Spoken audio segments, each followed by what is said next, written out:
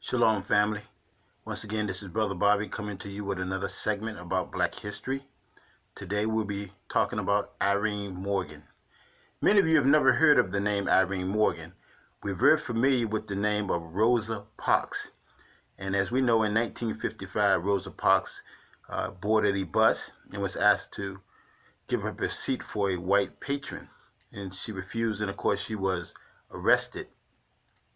But 11 years prior to that event, in 1944, here in the state of Virginia, a sister by the name of Irene Morgan, who was born in Baltimore, Maryland, and who would pass away in Virginia, boarded a bus, a Greyhound bus, and they were known as the Freedom Riders.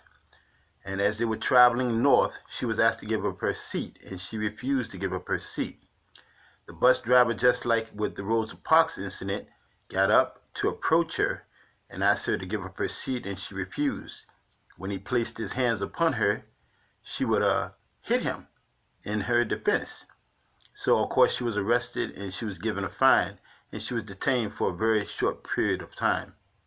So her case will be taken before the United States Supreme Court in Morgan versus the Commonwealth of Virginia.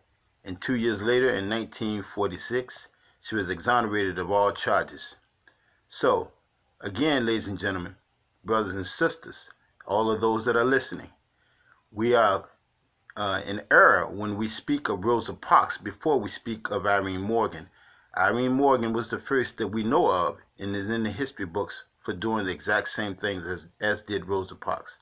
So this is another segment on our history. Thank you. Hotel.